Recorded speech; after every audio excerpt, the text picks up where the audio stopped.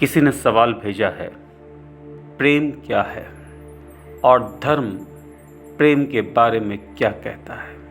यदि हम धार्मिक ग्रंथों को देखें तो प्रेम का जिक्र एक वैज्ञानिक तरीके से अधूरा छोड़ा गया है। ये अधूरा छोड़ना ही शिक्षा है। श्री कृष्ण और राधा की कहानी अधूरी सी लगती है, परंतु ये वैज्ञानिक तरीके से अधूरी सी छोड़ी हुई है। राम और सीता के पुत्र लव, जिससे अंग्रेजी शब्द लव आता है, उस कहानी को भी अधूरा सा छोड़ा हुआ प्रतीत होता है। जलांधर और वृंदा की कहानी भी अपने मुकाम तक नहीं पहुंची, ऐसा प्रतीत होता है। ये अधूरा सा छोड़ा जाना गलती नहीं, वैज्ञानिक तरीका है प्रेम को समझाने का। क्योंकि प्रेम अपने आप में एक जटिल विषय है। इसे समझने के लिए आपको रुक्मणी के जैसे वर्ताव करना पड़ेगा।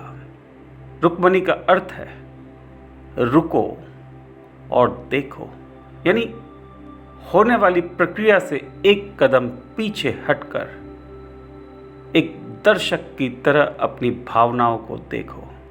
यदि आप अपनी भावनाओं को एक दर्शक की तरह देख सकते हैं तो आपके अंदर रुक्मणी का गुण है। रुक्मणी का गुण बहुत जरूरी होगा इस विषय को समझने के लिए। ये जटिल विषय है। इस विषय पर बात करने से पहले मैं आपको कुछ रामायण की कथा समझाना चाहता हूँ। एक बार वनवास से आने के बाद सीता जी ने हनुमान जी से प्रसन्न होकर उन्हें एक मोतियों की माला दी। हनुमान जी ने उस माला को तोड़ दिया और हर मोती को चबा चबा कर तोड़ने लगे। सीता माँ अचंभित थी, क्रोधित थी। उन्होंने हनुमान से पूछा कि क्या मेरे प्रेम की, तुम्हारे प्रति स्नेह की तुम्हें कोई कद्र नहीं है? मैंने इतनी महंगी मोतियों की माला तुम्हें दी और तुमने अपनी वानर प्रवृत्ति से इसके मोती तोड़ दिए। हनुमान जी ने कहा कि मैं राम ढूंढ रहा हूँ और इन मोतियों में मुझे राम नहीं दिखे। सीता अचंभित थी। इस बात को आप मनोवैज्ञानिक तरीके से देखिएगा। समुद्र दिमाग है, मस्तिष्क है, गहरा है, बड़ा है, उथल पुथल से भरा है। उसके अंदर ही मोती पनपते हैं। यानी मोती का मतलब है अंडरस्टैंडिंग, डीप अंडरस्टैंडिंग, घनिष्ठ ज्ञान मोतियों को दर्शाता है। हनुमान जी का सवाल ये है कि क्या राम उस घनिष्ठ ज्ञान में बसते हैं? और उस सवाल का जवाब यही है कि राम घनिष्ठ ज्ञान में नहीं बसते हैं। हनुमान जी ने अपना सीना फाड़ दिया और उस सीने में राम की आकृति दिखी। वाल्मीकि रामायण के अनुसार राम और सीता दोनों की आकृति दिखी। इसका तात्पर्य यही है कि भगवान ज्ञान के अंदर, गहरी सोच के अंदर, गहन चिंता के अंदर नहीं बसते हैं। ईश्वर हृदय में बसते हैं। जब सीता मैया हनुमान जी पर क्रोधित हुई, हनुमान जी के मन में एक शक पैदा हो गया। उन्हें लगा कि लंका में रहकर सीता मैया रावण से प्रभावित हुई है। मनोवैज्ञानिक दृष्टि से यदि हम देखें तो हनुमान आस्था का प्रतीक है। आस्था को ये संदेह हुआ कि भक्ति के ऊपर दिमाग का साया पड़ गया है। इस पूरी कथा का मतलब यही है। इसे समझने की कोशिश कीजिएगा। आस्था को लगा कि भक्ति के ऊपर दिमाग का साया पड़ गया है। यदि मैं रामायण की बातें करता हूँ तो थोड़ी विरोधाभासी लगेगी आपको, क्योंकि हमने वाल्मीकि रामायण और तुलसीदास जी की रामायण को ही पढ़ा है। बहुत सारी अनगिनत रामायणों को हमने नज़रअंदाज किया है। जैन मुनियों की रामायण को हमने नज़रअंदाज किया है, बुद्धों की रामायण को हमने नज़रअंदाज किया है, ऐसे ही अनगिनत रामायणों को हमने नज़रअंदाज किया है क्योंकि हमारी सोच सीमित थी। ऐसा ही वृत्तांत शिव पुराण में भी है। शिव जी के पुत्र हुए जलांधर एक बार इंद्र और बृहस्पति शिव जी को मिलने जा रहे थे और शिव जी की इच्छा हुई कि इनकी परीक्षा ली जाए। वो एक आम व्यक्ति की तरह उनके रास्ते में भेष बदल के खड़े हो गए। इंद्र को क्रोध आया और उस क्रोध में शिव की और इंद्र की लड़ाई हो गई। इंद्र ने वज्र से शिव पर प्रहार किया, परंतु शिव जी ने उस वज्र को निष्क्रिय कर दिया। इंद्र हिल नहीं पा रहा था, परंतु क्रोध में शिव जी की तीसरी आंख खुल गई और उस आंख से एक ज्वाला निकली जो इंद्र को जला देती। बृहस्पति जी शिव जी को पहचान गए थे। उन्होंने वंदन किया, प्रार्थना की कि इंद्र को ऐसे ना मारे, उसकी गलतियों को माफ़ कर दे। वो ज्वाला समुद्र में जाकर गिर गई। वरुण देव ने उसका पोषण किया और उस ज्वाला से एक पुत्र पैदा हुआ जिसका नाम जलांधर था। यानी शिव जी के जैसे भक्त रावण रहे, शिव पुराण में वैसा ही जिक्र जलांधर के बारे में है और जलांधर सबसे बड़ा असुर हुआ। शुक्राचार्य ने उसका पोषण किया। उन्होंने देवताओं को हरा दिया, दानवों को हरा दिया और तीनों लोक पर जलांधर का राज था। जलांधर की पत्नी थी वृंदा। वृंदा का मतलब भक्ति होता है। मैं रावण और सीता के बारे में जिक्र नहीं करना चाहता क्योंकि वो विरोधाभासी हो सकता है, परंतु जलांधर की पत्नी वृंदा थी। यानी दिमाग भक्ति पर बहुत बड़ा प्रभाव डालता है और वृंदा की पवित्रता भंग करने वाला कोई और नहीं, स्वयं विष्णु थे। प्रेम भक्ति से ही पैदा होता है।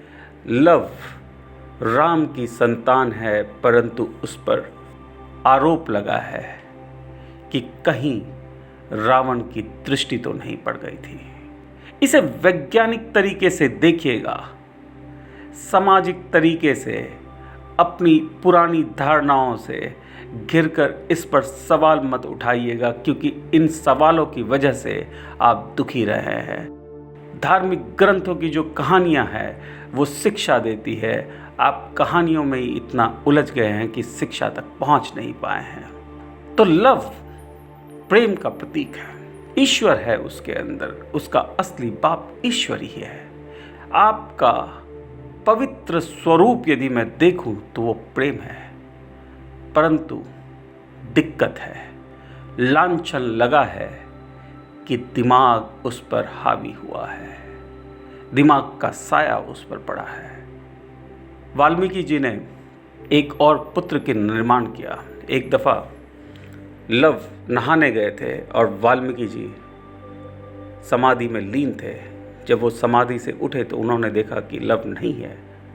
उन्होंने एक बहरूपिया पुत्र बना दिया ताकि सीता को पता न चले कि उसका पुत्र खो गया था। उस पुत्र का नाम था कुश। कुश का मतलब विरक्ति होता है। यदि प्रेम विरक्ति के साथ न हो तो संभावित है कि प्रेम आपको ज़्यादा दुख देगा सुख के बनिस्बत। यूनान के धर्मों में प्रेम की अलग अलग व्याख्या की गई है। इस प्रेम को बांट दिया गया है क्योंकि प्रेम के ऊपर दिमाग का साया है और बहुत ही वैज्ञानिक तरीके से उन्होंने प्रेम को अलग अलग हिस्से में बांटा है। उन्होंने परिवार के लिए प्रेम की बात की है जिसको स्टोर्ज कहा गया है। हम परिवार के साथ प्रेम में रहते हैं और हमें लगता है ये प्रेम पवित्र है, परंतु आपने देखा होगा कि यदि आपका पुत्र बहुत अच्छा करता है, कोई अधिकारी बन जाता है, कोई बड़ा व्यापारी बन जाता है, तो आपको आपके पुत्र से स्नेह बढ़ जाता है। और यदि आपका पुत्र असफल है, चोर उचक्का है, डाकू है, तो अदालत में जाकर ये कहने में संकोच नहीं होता कि आज से ये मेरा पुत्र नहीं है। आप हलफनामा लिख देते हैं, समाचार पत्रों में छपा देते हैं कि ये मेरा आज से पुत्र नहीं है। तो ये फैमिली लव, परिवार के लिए प्यार यदि दिमाग के साए में है तो ये प्रेम नहीं है, ये स्टोर्ज है। और स्टोर्ज आप जब तक विरक्ति नहीं रखेंगे, आपके अहंकार की पूर्ति के लिए था, आपके बुढ़ापे के सहारे के लिए था। यदि आपका प्रेम आपके परिवार से है तो वो किसी भी स्थिति में होना चाहिए। आपका पुत्र या पुत्री अच्छा करते हैं तो आपका प्रेम बढ़ जाता है, और वो विफल होते हैं, आपके अहंकार को चोट पहुंचाते हैं, और आप हलफनामा लिखते हैं कि वो आपका पुत्र या पुत्री नहीं है, तो उस पर दिमाग का साया है। दूसरा प्रेम जो यूनान के धर्म समझाते हैं वो है दोस्तों के लिए प्यार। उसे फिलिया कहा गया है। भागवत पुराण में मित्र वृंदा का जिक्र है जो श्री कृष्ण की एक पत्नी थी। दोस्तों के लिए प्यार हमें बड़ा अच्छा लगता है, परंतु यदि आप आंखें खोलेंगे तो जितने भी दुश्मन है वो पहले कभी न कभी दोस्त थे। आपने दोस्तों से प्यार किया परंतु उस पर भी दिमाग का साया पड़ गया। आपने कोई न कोई अपेक्षा लगा ली। क्या तो अपेक्षा आपकी पूरी नहीं हुई या सामने वाले की पूरी नहीं हुई, उसे धोखा सा प्रतीत हुआ और पुराने दोस्त ही दुश्मन बनते हैं। तीसरा प्यार जिसे रोमांटिक लव कहा गया है उसे इरोस के रूप में दिखाया है यूनान के धर्मों ने। इरोस पुरुष और स्त्री के बीच में होता है। महाभारत इसे बहुत वैज्ञानिक तरीके से दर्शाता है। इरोस के अंदर दो किरदार दिखाए हैं महाभारत में व्यास जी ने। एक है कुंती और दूसरा है माद्री। कुंती का मतलब आपका पिता या माता बनने का सपना, पेरेंटल हॉर्मोन्स। आपने देखा होगा कि यौन जीवन सफल होने के बावजूद यदि आप माँ या बाप नहीं बन पा रहे हैं तो एक इच्छा होती है कि क्यों ना बच्चा गोद ले लिया जाए, क्यों ना सरोगेसी करा ली जाए, क्यों ना IUI करा लिया जाए। इस प्रकार की इच्छा माता या पिता बनने की कुंती द्वारा दर्शाई गई है। माद्री इन्फैचुएशन है, सम्मोहन है। ये दोनों मिलकर ही रोमांटिक लव या इरोस बनते हैं। तीसरा प्यार जो है वो मेहमानों के लिए है, वो अनजानों के लिए है, और उसे जेनिया कहा गया है। जेनिया का मतलब है कि आप अनजान लोगों से भी किस प्रकार प्रेम कर सकते हैं। एक बहुत बड़े दर्शन शास्त्री हुए, उनका नाम था मोजी। मोजी कहते हैं कि आप सभी को समांतर तरीके से प्रेम नहीं कर पाते। आप अपने बच्चों को जैसा प्यार करते हैं वैसा दूसरों के बच्चों के साथ नहीं कर पाते। आप अपने भाई से जितना प्यार करते हैं दूसरे के भाई से नहीं कर पाते। और ये समानांतर प्यार न करने की आपकी कमी आपको दूर करनी पड़ेगी, क्योंकि आपका सिलेक्टिव लव है। और मोजी कहते हैं कि यदि आप पूरे संसार को समांतर तरीके से प्रेम कर सको तो यही ईश्वर है। इसे गहराई से समझिएगा कि आप अनजान व्यक्ति से प्रेम नहीं कर पाते, परंतु अपने पुत्रों से, पुत्रियों से, परिवार से, भाई से, दोस्तों से, प्रेमिका से बहुत प्रेम करते हैं। कमी आपकी है, क्योंकि आपने प्रेम के साथ कुछ न कुछ जरूर बांधा होगा। क्या तो आपने अपना बनाने का अधिकार उसके साथ बांध दिया, या आपने अपने जीवन का निर्वाह करना इन लोगों के संबंध के साथ जोड़ दिया। ये दिमाग की छाया है जो प्रेम पर पड़ी है। यदि दिमाग की छाया प्रेम पर नहीं पड़ी होती तो आप सबको समानांतर तरीके से प्यार करते हैं। जो पांचवा प्यार यूनान धर्म कहता है वो ईश्वर के लिए प्रेम है, उसे अगापे कहा गया है। ईश्वर के लिए प्रेम ये वैज्ञानिक है, आधुनिक है, क्योंकि इतिहास ये बताता है कि ईश्वर के लिए पहले प्रेम नहीं था, ईश्वर के लिए पहले भय और आदर था। यूनान सभ्यता में एक किरदार का नाम है मायरा। मायरा को अपने पिता से प्रेम हो गया था और उसने एक षड्यंत्र करके अपने पिता के साथ संभोग किया और एक पुत्र का जन्म दिया जिसका नाम था एडोनिस। एडोनिस एफ्रोडाइटी यानी सेक्सुअलिटी की देवी के साथ प्रेम में पड़ गया। मीरा का वृतांत ईश्वर को आदर और डर के दायरे से बाहर निकालकर प्रेम के दायरे में लाता है, परंतु ये प्रेम कुंठित हो सकता है। ये प्रेम आपको ईश्वर के लिए कामुकता भी पैदा कर सकता है। आपको इस बात को समझना पड़ेगा। यदि ईश्वर से प्रेम ईश्वर के लिए कामुकता पैदा कर रहा है तो ये गलत नहीं है, ये पहला पड़ाव है। कृष्ण और रुक्मणी के पुत्र हुए प्रद्युम्न। प्रद्युम्न कामदेव का रूप थे। वो रति द्वारा पाले गए और रति उनकी पत्नी थी।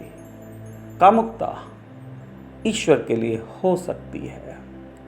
फ्रॉइड ने एक बहुत बड़ी थियरी लिखी थी, इंसेस्ट फॉर मदर। ये उसी प्रकार की कामुकता है जो ईश्वर के लिए होती है। प्रद्युम्न रति द्वारा पाला गया, पर रति का प्रद्युम्न के प्रति स्नेह कामुक था। इन बातों से आंख बंद करना ग्रंथों की तौहीन है। हम सामाजिक दृष्टि से देखते हैं और आंख बंद कर लेते हैं क्योंकि ये बातें समझ नहीं आती, परंतु सत्य सत्य रहता है। ईश्वर के लिए कामुक प्रेम हो सकता है। रति और प्रद्युम्न के बीच प्रेम था, परंतु उस प्रेम को परिवर्तित किया जाना होगा, क्योंकि इन दोनों के पुत्र होंगे अनिरुद्ध। अनिरुद्ध का मतलब है रुकना नहीं, बढ़ते जाना, प्रेम में अपने आप को खो देना। ईश्वर के लिए प्रेम इतना विशाल हो जाए कि आप अपने आप को खो दो, तो ये प्रेम आपको ईश्वर तक ले जा सकता है। सामान्य जीवन में ये एक बहुत जटिल विषय रहा है। हम प्रेम को विरक्ति के साथ जोड़कर नहीं कर पाते हैं, और यदि हम विरक्ति के साथ प्रेम ना करें, यदि हम कोई एक्सपेक्टेशन रखे बिना, कोई अपेक्षा रखे बिना प्रेम करते हैं तो इससे बड़ी चीज़ नहीं है। और यदि उस पर दिमाग का साया पड़ रहा है तो प्रेम से बुरी चीज़ कोई नहीं हो सकती। दो भाई ही दुश्मन बनते हैं, पुराने दोस्त ही दुश्मन बनते हैं। जिससे प्रेम होता है उसी से घृणा होनी शुरू हो जाती है। ईश्वर के लिए प्रेम अगापे है, इसके अंदर दिमाग का साया ना पड़ने दें। भक्ति से ही प्रेम का जन्म होता है, परंतु भक्ति के अंदर तर्क वितर्क नहीं आने चाहिए। इसे दिमाग की दृष्टि से ना देखें। सीता को रावण के साये का जो लांछन लगा है उस लांछन से बचाएं। यदि भक्ति से प्रेम उत्पन्न होता है तो इससे बड़ी चीज़ नहीं है। और यदि प्रेम में कुछ मिलावट हो गई, कुछ कंटैमिनेशन हो गया, तो ये सुख की जगह दुख का सूत्र बनेगा। आज के लिए इतना ही। धन्यवाद।